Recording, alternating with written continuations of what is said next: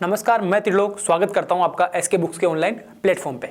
आज हम बात करने वाले हैं एसएससी जीडी कांस्टेबल भर्ती के बारे में, जिसमें आज अपन देखेंगे मैथ्स का पार्ट है। मैथ्स का एक टॉपिक अपना प्रतिशतता, इंग्लिश में बोलते हैं परसेंटेज। इसकी थ्योरी अपन ने इसके पहले की क्लास में देख रखी है और उसको बहुत अच्छे से अपन ने देख रखा है कि भाई थ्योरी में परसेंटेज में अपन किस किस टाइप के आपसे क्वेश्चन एग्जाम पूछे जा रहे हैं। तो जो उसकी थ्योरी वाला पार्ट था अपन ने देख लिया। आज की क्लास में अपन देखेंगे इसके आए हुए जो क्वेश्चन है ना एग्जाम में, आपके एग्जाम में जो क्वेश्चन आए हुए हैं वो क्वेश्चन आज की क्लास में अपन देखने वाले हैं और उनको अपन कितना जल्दी सोल्व कर सकते हैं। ठीक है, तो आपको दिखाया हुआ है SSC GD constable SK books. ठीक है, आज का टॉपिक अपना रहने वाला है इसका पार्ट फर्स्ट के, इसमें अपन कुछ क्वेश्चन देखेंगे। इसके आगे वाले पार्ट में और अलग अलग टाइप के अपन क्वेश्चन देख लेंगे। क्लास स्टार्ट करने से पहले मैं आपका ध्यान स्क्रीन पे दिखाई गई बुक्स पे लेना चाहता हूँ। ये हमारी गाइड है, गाइड बोल लो चाहे रामबाण आप इसको बोल सकते हो, कोई दिक्कत नहीं है। ठीक है, इसमें आपको इसको रामबाण बोलने का क्या मतलब है, इसमें आपको सिलेबस के अकॉर्डिंग हिंदी, जीके, मैथ्स और रीजनिंग, मतलब जो आपके सिलेबस में टॉपिक है ना उनका सबका इसमें संपूर्ण कवरेज हमने दिया हुआ है, इस वजह से इसको गाइड बोला हुआ है। इसमें आपको एसएससी जीडी 2011 से लेके अब तक के जितने भी प्रश्न है ना उनको चैप्टर वाइज, टाइप वाइज और टॉपिक वाइज हमने संकलन करा। इसके साथ साथ में आपको मैथ्स और रीजनिंग की शॉर्ट ट्रिक्स आपको इस बुक में दी हुई है। सबसे इंपॉर्टेंट चीज इस बुक की है, इसमें एसएससी जीडी के पिछले पूछे गए एमसीक्यू जो टीसीएस कंडक्ट एग्जाम करवाती है उसके 4000 प्लस प्रश्नों को क्या है इसमें संकलन है और उनका सभी प्रश्नों की क्या है संपूर्ण व्याख्या दी हुई है। खाली ऑप्शन टिक नहीं करा हुआ, उनके सॉल्यूशन बताए हुए हैं कि भाई इसको आप किस टाइप से कर सकते हैं। जीके में भी आप डिस्क्रिप्शन सॉल्यूशन बताया हुआ। ठीक है, इसके बाद में ये हमारा मैथ का बुक है, इसको भी आप रामबाण बोले तो कोई दिक्कत नहीं। मैथ्स के लिए आपके जीडी और एमटीएस भर्ती के लिए, जीडी और एमटीएस भर्ती के लिए बहुत इंपॉर्टेंट बुक ये रहने वाली है। इसमें आपको शॉर्ट ट्रिक्स दिए हुए हैं भाई किस टाइप से आप क्वेश्चन को सोल्व कर सकते हैं। इसमें आपको एसएससी जीडी और एमटीएस 2011 से अब तक की प्रतियोगिताई परीक्षा और अन्य सभी प्रतियोगिताई परीक्षाओं को चैप्टर वाइज और टाइप वाइज इसमें संकलन कराए। उससे आपको पता लग जाएगा कि एग्जाम में किस टाइप के क्वेश्चन आ रहे हैं और मेरे को कहाँ थोड़ी बहुत दिक्कत आ रही है, तो आप उसको ये बुक लेके आपकी प्रिपरेशन कर सकते हैं, तैयारी कर सकते हैं। इसके साथ में सबसे इंपॉर्टेंट चीज़ है 35 प्लस पेपर्स का पेपर सेट है। आप देख रहे होंगे जो इससे पहले के जो एग्जाम हुए हैं उनमें भी हमारे पेपर सेट का कितना इंपॉर्टेंस रहता है। इस पेपर सेट से आपको लगेगा कि मैं तैयारी किस टाइप से करूँ या किस टाइप से आगे बढ़ूँ, क्योंकि पढ़ाई सब लोग कर लेते हैं, तैयारी में भाई मेरे को दिक्कत कहाँ आ रही है, तो वो दिक्कत सोल्व होती है पेपर सेट से। तो ये 35 प्लस पेपर्स का सेट है। इसमें आपको एसएससी जीडी कांस्टेबल भर्ती में जो पेपर आए हुए इसमें क्या संपूर्ण सिलेबस होता है। जो जो आपका टॉपिक है ना, जीके भी आएगी, हिंदी भी आएगी, रीजनिंग भी आएगी और मैथ्स भी आएगी। तो ये पेपर सेट एग्जाम की तरह बनाया हुआ है। मैं आपको सजेस्ट करूंगा इन तीनों का कॉम्बिनेशन, इन तीनों का आप कॉम्बिनेशन लेके आपकी तैयारी को आप मजबूती प्रदान करें और आप अपना सिलेक्शन प्राप्त करें। ठीक है, आज का अपन क्वेश्चन स्टार्ट करते हैं। क्वेश्चन नंबर फर्स्ट में आपको क्या दिया हुआ है, एक पुरुष का व्यय उसकी आय का 70% है। यदि उसकी आय में 20% और 50% की दो क्रमिक वृद्धि होती है तो उसका नया व्यय उसके पिछले व्यय से कितना % अधिक या कम होगा, ताकि उसकी नई बचत पिछली बचत की 2.5 गुना हो जाए। नई बचत क्या हो जाए, पिछली बचत की 2.5 गुना हो जाए। तो ये लिख लिया अपन ने आय, ये अपना हो गया व्यय, ये हो गई बचत। आय मैंने एक बार के लिए मान ली 100 रुपए, तो व्यय आपके पास कितना हो जाएगा 70 और बचत होगी आपके पास 30। ठीक है, क्योंकि व्यय और बचत दोनों मिला के आय होगी। अब ये बोल रहा है 20% और 50% की दो क्रमिक वृद्धि होती है। आय में क्या होती है, क्रमिक वृद्धि होती है कितने की, 20% का मतलब 120/100 और 50% का मतलब 150/100। ठीक है, इनको कैंसिल करते हैं, 2 0 से 2 0 कैंसिल, ये भी 2 0 से 2 0 कैंसिल, 15 और 12 से गुणा करें 180। अब आपके पास नई आय कितनी होगी, 180 रुपए हुए। ये बोल रहा है उसकी पिछली व्यय से कितना % अधिक या कम है नया व्यय, ताकि उसकी नई बचत पिछली बचत की 2.5 गुना हो जाए। बचत की 2.5 गुना से क्या मतलब है, 2.5 गुना आप निकालेंगे, 30 का 2.5 गुना क्या हो जाए, अधिक हो जाए ना, पिछली बचत से 2.5 गुना, तो इसका निकालेंगे आप 2.5 गुना, तो आपके पास कितना आ जाएगा, 75 आ जाएगा। ठीक है, तो 180 में से 75 बचत होगी तो व्यय कितना हो जाएगा, 105 का। ठीक है, ये दोनों का मिलकर होना चाहिए अपने पास, तो 105 रुपए का बचत। अब ये बोल रहा है कि उसका नया वे 105 रुपये उसके पिछले वे से कितना % अधिक है। तो 105 माइनस 70 करेंगे तो कितना अधिक है, % वृद्धि देख लेते हैं अपन, प्रतिशत वृद्धि बचत में ना। तो अधिक कितना हो जाएगा, 105 माइनस 75, पिछला वे कितना है 70, सॉरी 105 माइनस 70 है ना, ये तो निकालेंगे अपन, गुणा 100, बस ये अपने को निकालना है। तो ये 105 में 70 गए तो 35 बटा 70 गुणा 100, 35 दूनी 70, ये 50, मतलब 50% क्या हो गया, अधिक हो गया। ये अपना आंसर बन गया। ठीक है, इसको आप आसानी से निकाल सकते हैं। ये आपको कौन से ऑप्शन में मिल जाएगा, 50% अधिक, option number A is correct answer. Next question अपन देखते हैं। नए भारत में सरकारी नौकरियां 100% भ्रष्टाचार रहित है। विद्यार्थी अपनी योग्यता से ही सरकारी नौकरी प्राप्त कर सकते हैं। ऑफलाइन कोचिंग उसके लिए सबसे उत्तम साधन होता है, क्योंकि यहाँ पर पढ़ाई का एक पॉजिटिव एटमॉस्फेयर रहता है। विद्यार्थी केवल अपनी पढ़ाई में ध्यान देता है और रोज की दिनचर्या से अलग रहता है। ठीक है, साथ में अध्यापकों से उसका संपर्क रहता है, जिससे कि जो उसके डाउट्स होते हैं उनको वो इंस्टेंट क्लियर कर पाता है। अगर ऑफलाइन कोचिंग में रहेगा तो जो भी डाउट होंगे तो इंस्टेंट टीचर, अभी मेरे को डाउट आया तो अपन आसानी से टीचर से उसको डाउट को अपन क्लियर कर सकते हैं। इसके लिए उपयुक्त रहेगा कि एक अच्छे इंस्टीट्यूट में तैयारी करे, जहाँ पे उसको बाहर नहीं जाना पड़े। हमारी संस्था में हॉस्टल है, जहाँ विद्यार्थियों को कठोर अनुशासन का पालन सेना के रिटायर्ड अधिकारी की देखरेख में होता है, जहाँ विद्यार्थियों को स्मार्टफोन रखने की बिल्कुल भी अनुमति नहीं है। आधे इंस्टीट्यूट ऐसे होते हैं जहाँ पे स्मार्टफोन रखे तो वो आधा टाइम उसी में उनका कंज्यूम हो जाता है। ठीक है, तो स्मार्टफोन रखने की हमारे यहाँ पे अनुमति नहीं है। रात को प्रत्येक 40 से 50 लड़कों के बीच में एक वार्डन उपस्थित रहता है, जिससे कि क्या है, एक सुविधा, एक व्यवस्था बनी रहती है। पढ़ाने के लिए सक्षम अध्यापकों की टीम SK बुक्स के लेखक राम सिंह यादव सर के नेतृत्व में कार्य करती है। सबसे इंपॉर्टेंट चीज़ हमारी ये है कि हर विषय जो SSC GD भर्ती परीक्षा के लिए इंपॉर्टेंट है, उसको हम विस्तार से हमारे ऑफलाइन सेंटर पे पढ़ाते हैं। हम ऑफलाइन सेंटर पे उन सवालों पे ज़्यादा ध्यान देते हैं जो कि SSC GD भर्ती परीक्षा कराने वाली संस्था पूछती है, उन पे हम थोड़ा ज़्यादा ध्यान देते हैं, क्योंकि वो संस्था के पैटर्न को देख लेते हैं कि भाई उस पैटर्न में इस लास्ट टाइम इस पैटर्न के क्वेश्चन पूछे तो अगली बार किस टाइप के क्वेश्चन वो पूछ सकती है। हम बार बार टेस्ट के माध्यम से कमज़ोर विषयों की जानकारी लेते हैं और उनको एक्स्ट्रा क्लास लगाते हैं, एक्स्ट्रा पढ़ाते हैं, जिससे क्या होता है, बच्चों को इंस्टेंट, देखो ऑफलाइन में डाउट भी क्लियर हो जाते हैं, टेस्ट देने से उसकी कमजोरी पता चलती है, तो उसकी एक्स्ट्रा क्लास से उसकी कमजोरी दूर करते हैं। उससे क्या होता है कि वो आसानी से अपने डाउट्स भी क्लियर कर पाता है और अपने जो जिस सब्जेक्ट में कमजोर है उसकी वो जानकारी प्राप्त करता है और उसकी एक्स्ट्रा क्लास ले पाता है।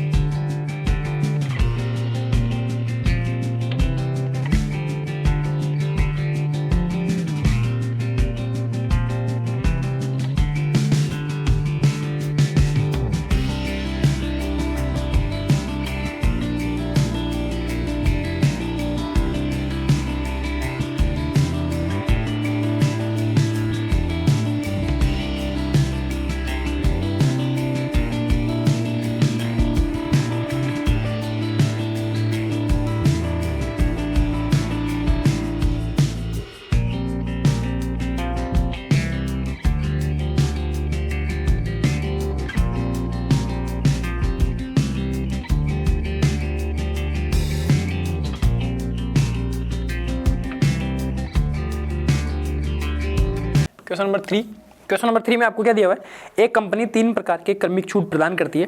प्रथम ऑफर 25% और 5% का, दूसरा ऑफर 20% और 10% का, तीसरा ऑफर 15% और 15% का।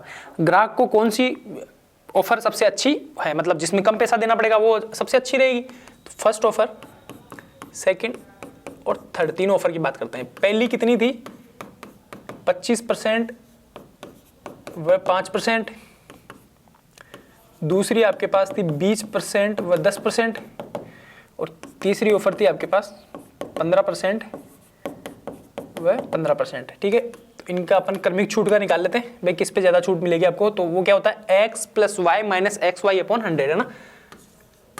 25 + 5 - 25 × 5 / 100, इसको आप सोल्व करते हैं 30 माइनस इसको काटा पीटी करके सोल्व करते हैं तो आपके पास यहाँ आ जाएगा 28.75% की इस पर क्या मिलेगी, छूट मिलेगी। ठीक है, सेकेंड ऑफर है 20 + 10 माइनस 20 × 10/100, तो ये 2 0 से 2 0 30 - 2 बराबर ये बन गया आपके पास 28% की छूट मिल जाएगी।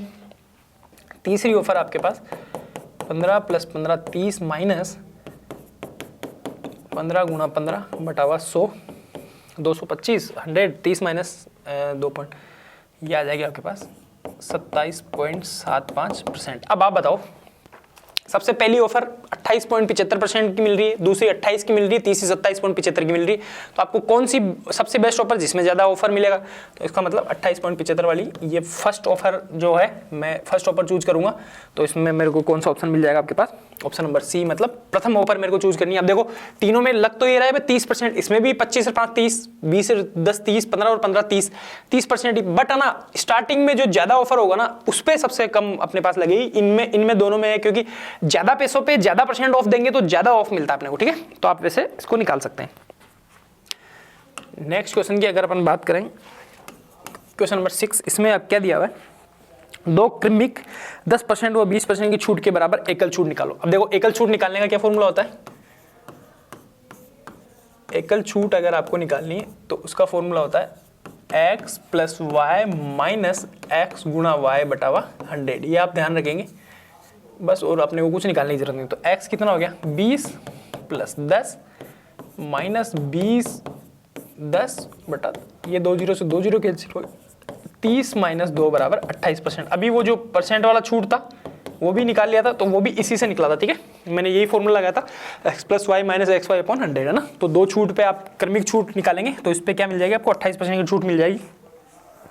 ये आपका कौन सा ऑप्शन बनेगा इस पे आपको, ऑप्शन नंबर डी है ना, option number D is correct answer. 6 में आपका डी ऑप्शन आएगा। क्वेश्चन नंबर 7 में आपको क्या दिया हुआ है, श्रीमान ए अपनी मासिक आय का 78% खर्च करके शेष बचा लेते हैं, तदनुसार उनकी वार्षिक आय बचत है जो 22,440 रुपये है, तो उसकी मासिक आय कितनी होगी। दिया मासिक है, पूछ मासिक आय, बचत वार्षिक दे रखा है, ये आप थोड़ा सा ध्यान रखेंगे। ठीक है, बचत कितनी हो जाएगी इनकी 22%, क्योंकि खर्चा कितना था, खर्च कितना कर रहे हैं 78%। ठीक है, तो बचत अपने आप 22% होगी। बट ये क्या बोल रहे हैं 22,440 रुपए की मासिक है ना, वार्षिक बचत 22,440। तो आप मासिक निकाल लेंगे क्योंकि अपने को मासिक बचत दी हुई, तो मासिक क्या हो जाएगी 22,440/12। ठीक है, तो इसको अपन काटा पीटी करके सोल्व करेंगे। 1 8 7 और 0 1870 रुपये क्या बन गई इसकी मासिक बचत बच गई। अभी आपको कितना दिया हुआ है, बचत कितनी थी 22% बराबर कितना दिया हुआ आपको 1870 रुपये। तो अपन से क्या पूछा हुआ है मासिक आय है ना, तो 100% निकाल लेते हैं। तो 100% कितना आ जाएगा 1870/22 × 100। इनको आप काटा पीटी करके सोल्व करते हैं तो आपके पास यहाँ आ जाएगा 8500 रुपये। ये कौन सा ऑप्शन है इसमें 7 नंबर में, option number D is correct answer. ठीक है, ये थोड़ा सा ध्यान रखना, ये वार्षिक दिया होता तो इसको मैंने मासिक करा है ना। नेक्स्ट क्वेश्चन की अगर अपन बात करते हैं, क्वेश्चन नंबर 10 में आपको क्या दिया हुआ है, अंकिता ने मूल मूल्य पर 10% छूट पर कुछ खिलौने खरीदे।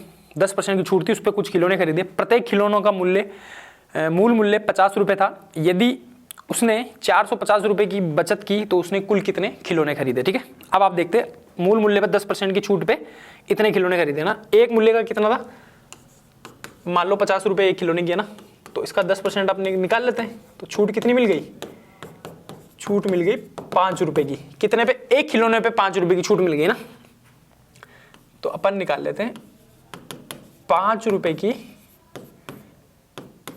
छूट पर खिलौने खरीदे, एक, और 1 रुपये की छूट पे कितने खिलौने खरीदेंगे 1/5, और कितने रुपए की छूट चाहिए 450 रुपए की छूट पे उसको कितने खिलौने खरीदने पड़ेंगे 450। 5 नाम 45 जीरो, मतलब 90, ये एक जीरो है ना, 90 खिलौने खरीदेंगे ना वो, तब जाके उनको छूट कितनी मिलेगी, 450 रुपए की। ठीक है, तो ऑप्शन कौन सा है, option number C is correct answer. ऐसे आप इसको निकाल सकते हैं। क्वेश्चन नंबर 11, इसमें क्या दिया हुआ है, एक दुकानदार सभी कपड़ों पर 20% की छूट प्रदान करता है और नगद भुगतान करने वाले ग्राहक को 5% की अतिरिक्त छूट प्रदान कर देता है। 7200 रुपए के अंकित मूल्य वाली जैकेट के लिए ग्राहक को कितने रुपए का भुगतान करना पड़ेगा। मार्क्ड प्राइस मतलब कितनी है, 7200 रुपए। छूट कितनी देता है इस पे, 20% की, और अगर नगद भुगतान कर रहे हैं अपन तो 5% की अतिरिक्त छूट और उसको मिल जाती है ना, अतिरिक्त छूट। अब देखो अतिरिक्त छूट का क्या मतलब, वही भाई क्रमिक छूट ही तो मिल रही, तो कितना हो जाएगा इसका, 7200 गुणा 20% की छूट दे रहा है, इसका मतलब कितने परसेंट बन जाएंगे, 80/100 गुणा वापस से 5% की छूट और दे रहा है, इसका भी 95% उसको देना पड़ेगा। ठीक है, इसको अपन सोल्व करते हैं, इसको सोल्व करके निकालेंगे। ये 2 जीरो से 2 जीरो आपके पास कैंसिल हो गया, ये गया आपके पास 19 बार में, ये गया आपके पास 20 बार में 5 से, ये गया 4 बार में। ठीक है, तो ये आ जाएगा 72 गुणा 19 76। ठीक है, तो इनको आप सोल्व करेंगे काटा पीटी करके, तो आपके पास आएगा 5472, 5472 रुपये उसको क्या देने पड़ेंगे, पैसे देने पड़ेंगे, जबकि कितने का था जैकेट, 7200 रुपये का जैकेट था। इसमें आपका कौन सा ऑप्शन है, 11th में option number C is correct answer. ठीक है, नेक्स्ट क्वेश्चन पे अपन चलते हैं। क्वेश्चन नंबर 14, क्वेश्चन नंबर 14 में क्या दिया हुआ है, एक क्रिकेट क्लब में औसत उपस्थिति पिछले वर्ष की 5640 से गिरकर इस वर्ष 3820 हो गई। पिछले वर्ष की तुलना में इस वर्ष कितने % कमी हुई। पिछले वर्ष की तुलना में इस वर्ष कितने % कमी हुई, तो अपन देख लेते हैं।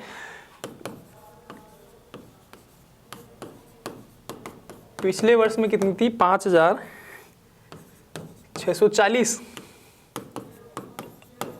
और इस वर्ष कितनी आ गई, 3820। कितनी कमी हो गई, 2, 16 में से 8 गए तो 8, 1820 की क्या हो गई कमी। अपन निकालेंगे प्रतिशत कमी, तो प्रतिशत कमी निकालने के लिए कितने की कमी हुई, 1820 की। कितने पे हुई, 5640 पे, क्योंकि पिछले वर्ष की तुलना में निकालना है, गुणा 100% निकालने के लिए। ठीक है, इसको आप काटापीटी करके सोल्व करते हैं। 18,200 को 564 से अगर आप डिवाइड करते हैं तो यहाँ पे आपके पास आता है 32.2666 है ना, तो ये आ जाएगा आंसर 32.26% है ना। 2 स्थान तक अपने को निकालना होता है, तो इसमें कौन सा ऑप्शन आ जाएगा, 14 में option number C is correct answer. ठीक है, नेक्स्ट क्वेश्चन अपन देखते हैं।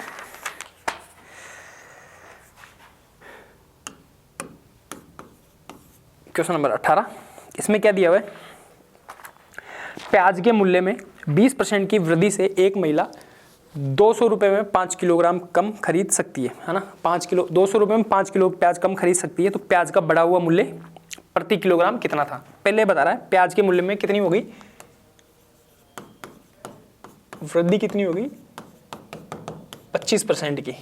क्या कर रहे हैं, 200 रुपये में 5 किलोग्राम कम खरीद पा रहे हैं, क्योंकि वृद्धि होगी तो कम ही मिलेंगे। तो ये बोल रहा है कि प्याज का बढ़ा हुआ मूल्य प्रति किलोग्राम अपने को बताना है। तो इसका फॉर्मूला होता है, ये आप ध्यान रखेंगे, इंपॉर्टेंट फॉर्मूला है, इसको आप ध्यान रखेंगे। ये जो आप बता रहे हैं ना भाई कितने रुपए में ना, तो यहाँ पे तो मूल्य, जो मूल्य दिया हुआ है इंटू वृद्धि, और कितने सामान कम खरीद रहे, क्योंकि वृद्धि होगी तो सामान कम खरीदेंगे, तो यहाँ पे सामानों की कमी, कमी किसमें, सामान जो भी अपन ले रहे हैं, गुणा 100। बस ये अपने को काम करना है। मूल्य कितना दिया हुआ है 200, वृद्धि कितनी थी 25% की, और सामान कितने कम खरीद कर रहा है 5, और ये आपको 100 लगाना है। बस अब इसको सोल्व करना है अपने को। ये 2 जीरो से 2 जीरो कैंसिल हो गई, ये गया 5 बार में, 5 दूनी 10, मतलब 10 रुपये प्रति किलोग्राम की क्या हो जाएगी, प्याज का बढ़ा हुआ 10 रुपये प्रति किलोग्राम भाव क्या हो गया, बढ़ गया। ठीक है, आप इसको आसानी से निकाल सकते हैं। तो कौन सा ऑप्शन आ जाएगा इसके, option number C is correct answer. एक और आप दूसरे तरीके से भी इसको निकाल सकते हैं। एक मान लो फॉर्मूला अगर याद नहीं रहता तो अपन एक और, ये तो फॉर्मूला हो ही गया, इससे तो अपन ने देख लिया, यहाँ कमी आएगी तो कमी आ जाएगी और यहाँ सामान बढ़ जाएंगे तो यहाँ वृद्धि आ जाएगी, ये चीज ध्यान रखेंगे अपन ना। अब आप मेरे को बताओ,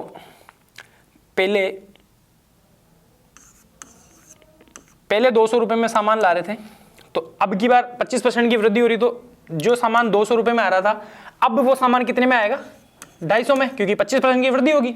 200 का 25% आप निकालेंगे तो 250 रुपए। अब कितने रुपए बढ़े, 50 रुपए बढ़ गए।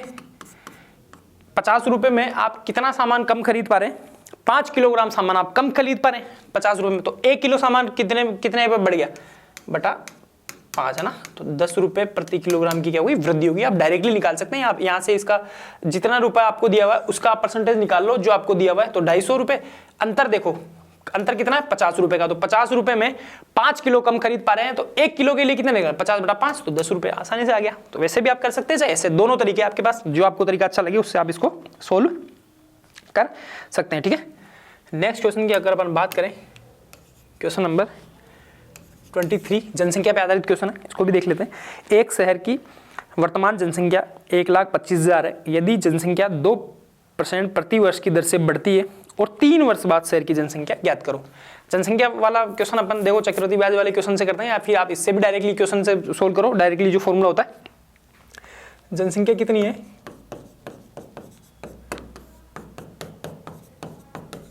1,25,000, ठीक है। इसके बाद में वृद्धि कितनी हो रही है, 2% की। वर्ष कितने आ रहे हैं अपने पास, 3 साल तक कंटिन्यू वृद्धि हो रही है, तो आप निकालेंगे 3 वर्ष बाद जनसंख्या ना, 3 वर्ष बाद की जनसंख्या क्या आ जाएगी, 1,25,000, 2% की वृद्धि हो रही है, 102/100, 102/100 गुणा 102/100। बस ये काम करना है, थोड़ा सा लेंथी होता है, 1 2 3, 1 2 3, ये काट दिया, ये कट गया आपके 5 बार में 25 से, ये कट गया आपके पास 4 बार में, ठीक है। अब आपको खाली ये 10 यहाँ पे बचा हुआ है और ये 4 से भी आप डायरेक्टली इसको 102 गुणा 102, देखो क्या करना है, 102 गुणा 102, ये गया 1 बार में, ये गया आपके पास 2 बार में ना, अपॉन 2 गुणा 4। इसको आपको सोल्व करके लिखना है, तो आपके पास कितना आ जाएगा, 1,32,651। 3 साल बाद शहर की जनसंख्या क्या हो जाएगी, 1,32,651 हो जाएगी। वृद्धि अगर 2% है, जनसंख्या आपकी ये है और वो 3 साल तक बढ़ती जाती है, तो आप इसको इस तरीके से निकालेंगे। इसका कौन सा है, 23 में option number B is correct answer. इस टाइप के थोड़े टाइप के क्वेश्चन अपन ने देख लिए, इसके बाद में थोड़े टाइप के क्वेश्चन इसके आगे वाली क्लास में अपन देख लेंगे, तो उससे क्या है आपको लगेगा कि भाई इस टाइप के आपके पास क्वेश्चन आ रहे हैं। जो स्टार्टिंग में आपको बुक्स वगैरह दिखाई हुई थी, अगर उनको आपको ऑनलाइन मंगवाना है तो डिस्क्रिप्शन बॉक्स में आपको उसका क्या लिंक मिल जाएगा, तो वहाँ से आप उसको डायरेक्टली ऑर्डर कर सकते हैं। फिर भी अगर आपको ऑर्डर करने में कोई प्रॉब्लम आ रही है तो आप आपके सिटी का नाम और आपका मोबाइल नंबर कमेंट बॉक्स में कमेंट करें, हम आपको बताएंगे आप बुक किस प्रकार से मंगवा सकते हैं। मिलते हैं नेक्स्ट वीडियो में, जब तक के लिए जय हिंद, जय भारत।